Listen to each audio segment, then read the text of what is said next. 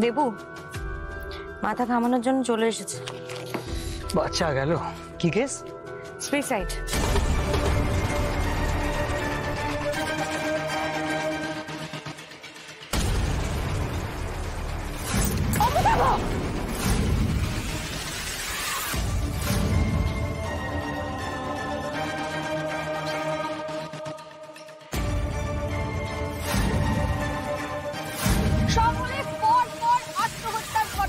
দক্ষিণ কলকাতার খ্যাতনামা কার্ডিওলজিস্ট ডক্টর অমিতাভর পর এবার সল্টলেকের রঞ্জন চক্রবর্তী।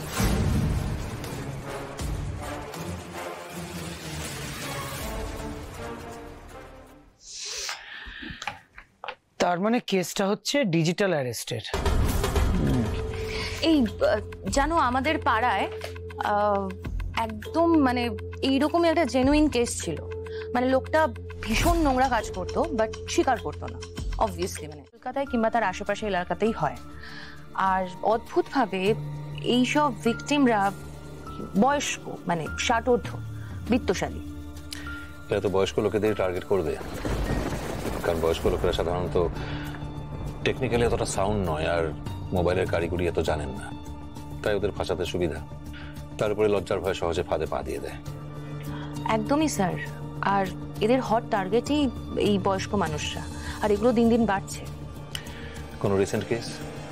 এই তো জুন মাসে এক দম্পতি, অধ্যাপক তারা, তো তাদেরকে সিনিয়র পুলিশ অফিসার সেজে ভিডিও কল করে 12 দিনে 2.5 কোটি টাকা আত্মসাৎ করা হয়েছে।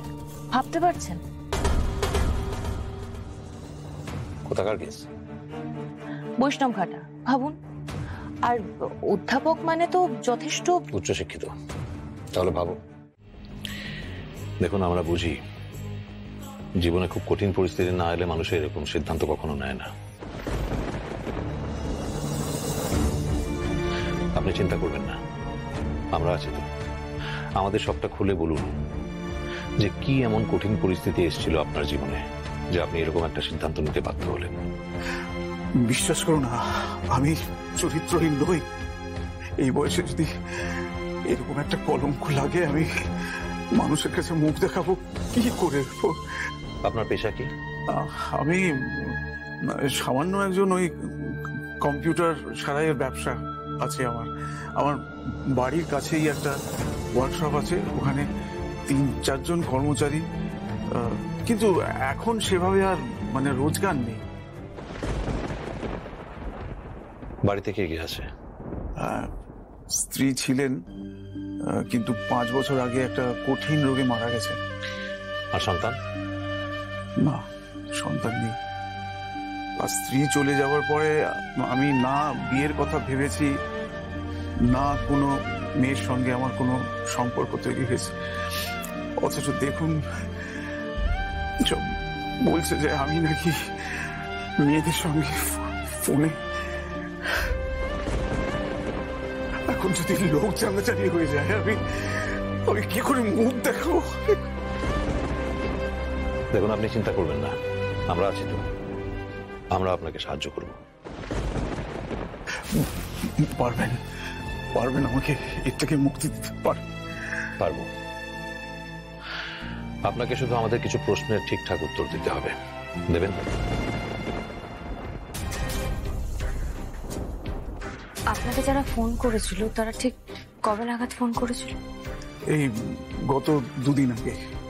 কতবার কল এসেছিল? বেশ কয়েকবার ফোন করেছিল।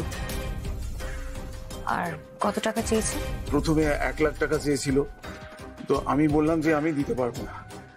তখন একটা পুলিশ ভিডিও কল করে আমাকে ভয় দেখায়, ভয় দেখিয়ে বলে যে সবকিছু জানিয়ে দিয়ে আমাকে ধরে নিয়ে যায়। তো তারপরে বেশ কয়েকটা টেলিফোন নাম্বার থেকে আমার কাছে ফোন আসতে শুরু করে, এবং তারা বলে যে আমার ভিডিও নাকি ভাইরাল হয়ে গেছে। আর এই ভাইরাল হয়ে গেছে শুনেই আমি খুব ভয় পেয়ে গেছিলাম। আচ্ছা, কলগুলো কারা করেছিল আপনি তাদের চেনেন? না, সব তো আননোন নাম্বার থেকে এসেছে। স্যার, সত্যি সত্যি কি ভাইরাল হয়েছিল নাকি ওনাকে ভয় দেখানোর জন্য কলগুলো করা হয়েছে? মান্দা হাজির। এই তো মেঘনা চাইতেই জল। ভালো করেছিস, তোরই দরকার ছিল রোহিত। স্যার একটা খারাপ খবর আছে। কি খারাপ খবর আবার? কোম্পানি থেকে আমাকে বিদেশে পাঠিয়ে দিচ্ছে, আর এই মুহূর্তে চাকরিটা ছাড়া সম্ভব হবে না। হাঁপাতে হাঁপাতে এই খবর দিতে এলি তুই, আর এদিকে আমরা মরছি আমাদের জ্বালায়। কোথায় যেতে হবে? আমেরিকায়। আচ্ছা, কোম্পানিকে বলে কোনোভাবে কিছু ম্যানেজ করা যাবে না? দেখ না রোহিত, বসকে একবার বলে দেখ যদি এখানে থেকে কোনো কোনো চান্স নেই গো। একটু গাইগুই করলেই কোম্পানি থেকে বাদ দিয়ে দেবে, চাকরি চলে যাবে। তোকে খুব মিস করবো রে। আর তো বেশি দিন সময়ও নেই, ভিসার জন্য অ্যাপ্লাই করে দিয়েছি আমি। তবে যে কটা দিন বাকি আছে আমি এসআইটিকেই দিতে চাই। আপাতত কি করতে হবে বলুন স্যার? আপাতত একটাই কাজ, যে যে নাম্বার থেকে ফোন এসছে সেগুলো ডিটেলস বার কর, আর মৃত দুই ব্যক্তির সোশ্যাল মিডিয়ার সমস্ত অ্যাক্টিভিটিস, যা যা অ্যাক্টিভিটিস ছিল, কি কি সার্চ হিস্ট্রি আছে, কার কার সঙ্গে কথা হয়েছে, কি কি কথা হয়েছে, সেগুলো বার কর। ঠিক আছে স্যার। আর কিছু? পারলে বিদেশ যাওয়াটা ক্যান্সেল কর।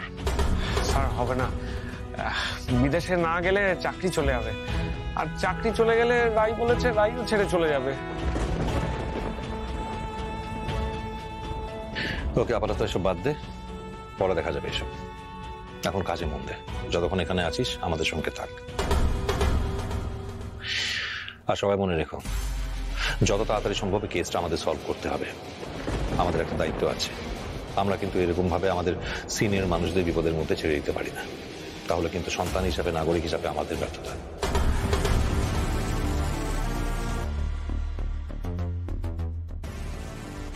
আর রমি, চলো একটু ঠিকানাগুলোতে ঢুঁ মারা যাক।